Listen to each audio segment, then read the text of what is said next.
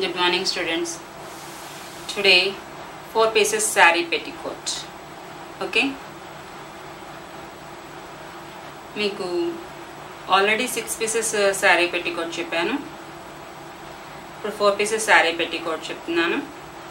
దీనికి ఫోల్డింగ్ వేరే విధంగా ఉంటుంది. 6 pieces saree petticoat ఫోల్డింగ్ లాగా కాకుండా వేరే ఫోల్డింగ్ చేసుకోవాలి మనం. కానీ ముందుగా మనం వెస్ట్ పీస్ తీసేసుకొని 6 pieces petticoat కి మనం వెస్ట్ పీసెస్ ఎలా అయితే తీసుకున్నామో దీనికి కూడా వెస్ట్ పీస్ తీసుకోవాలి. దీనికి కూడా మనం 2 inches.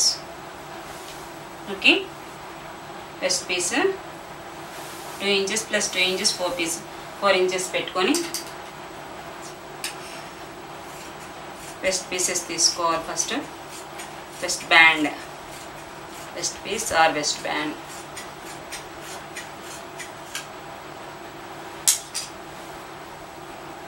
అలాగే 1 inch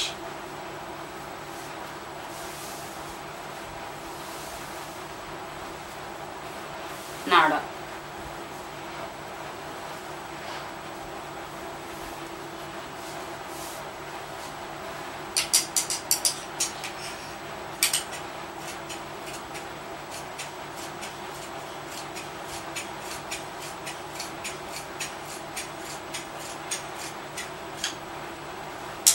ఓకే, ఇప్పుడు మనం వెస్ట్ బ్యాండ్ తీసుకున్నప్పుడు 40 inches మనకి కావాల్సి వస్తుంది. ఇది మొత్తం 36 or 37 ఉండొచ్చు. మనం దీంట్లో నుంచి ఇంకో పీస్ యాడ్ చేసుకొని 40 inches పెట్టుకోవాలి. ఓకేనా, ఇప్పుడు చాలని పక్షంలో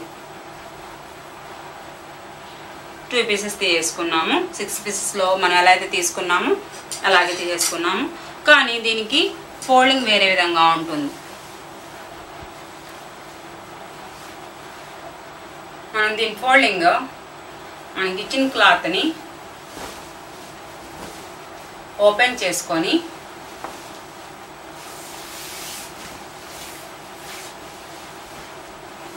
దాన్ని 2 foldsగా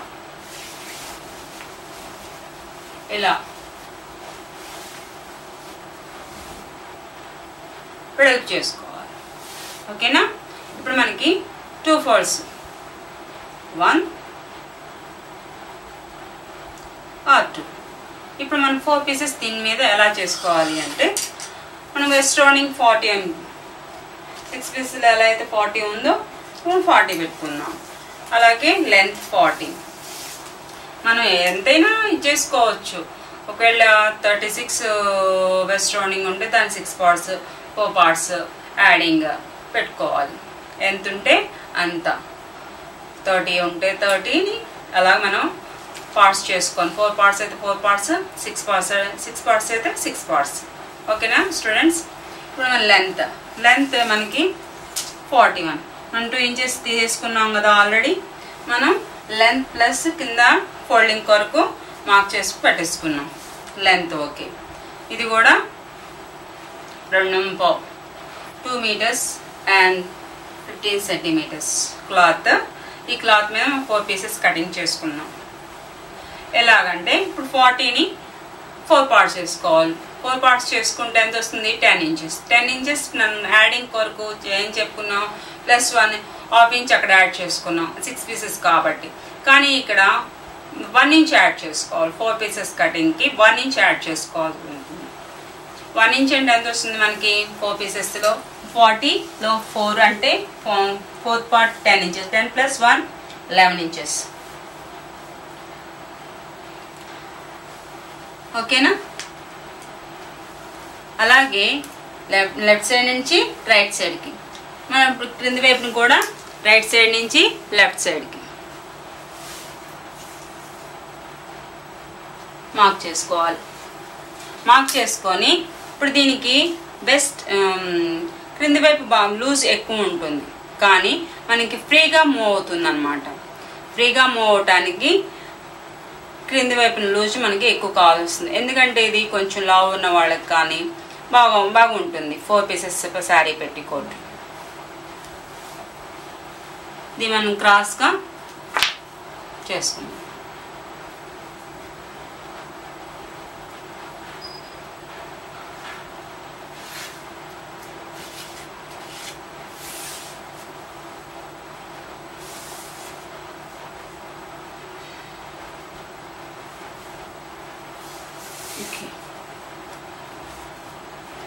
ఒక హాఫ్ ఇంచ్ స్టిచ్చింగ్ కొరకు కూడా మార్క్ చేసుకోవాలి.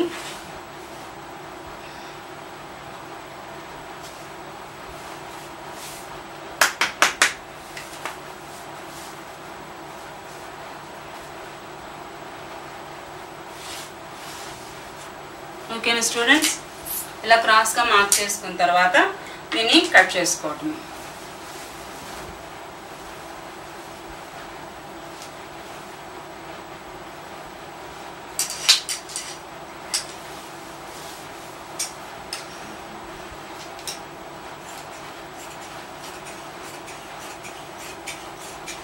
లూజ్ కావాలంటే ఇంకొంచెం పెట్టుకోవచ్చు, ప్రాబ్లం లేదు.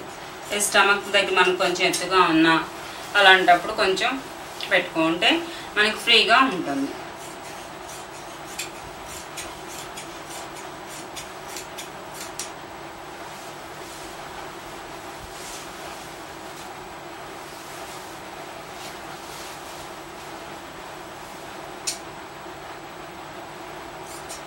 ఇది కూడా ఫోల్డింగ్ ఉన్న వైపు ఓపెన్ చేసుకోవాలి.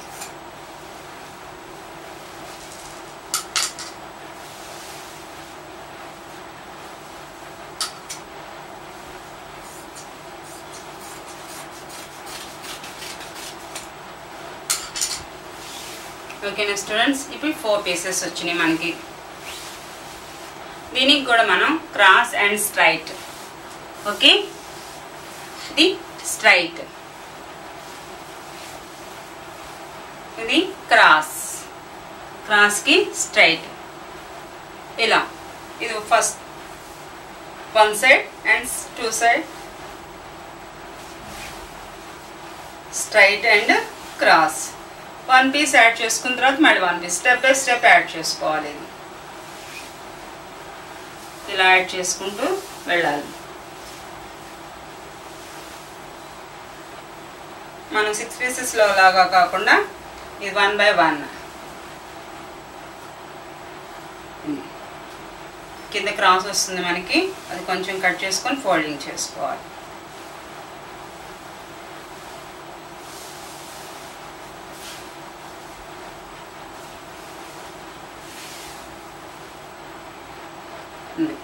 ఈ విధంగా మనం యాడ్ చేసుకుంటూ స్టిచ్ చేసుకోవాలి. ఓకేనా స్టూడెంట్స్, 4 పీసెస్ శారీ పెట్టి కూడా ఇలా స్టిచ్ కటింగ్ చేసుకోవాలి. మీకు నెక్స్ట్ క్లాస్లో uniform frock school uniform frock మీకు చెప్తాను. ఓకేనా students, thank you very much.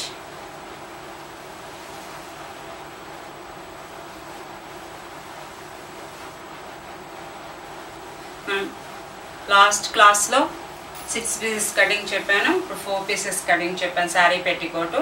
మీకు ఏం డౌట్స్ ఉంటే క్లియర్ చేసుకోవచ్చు.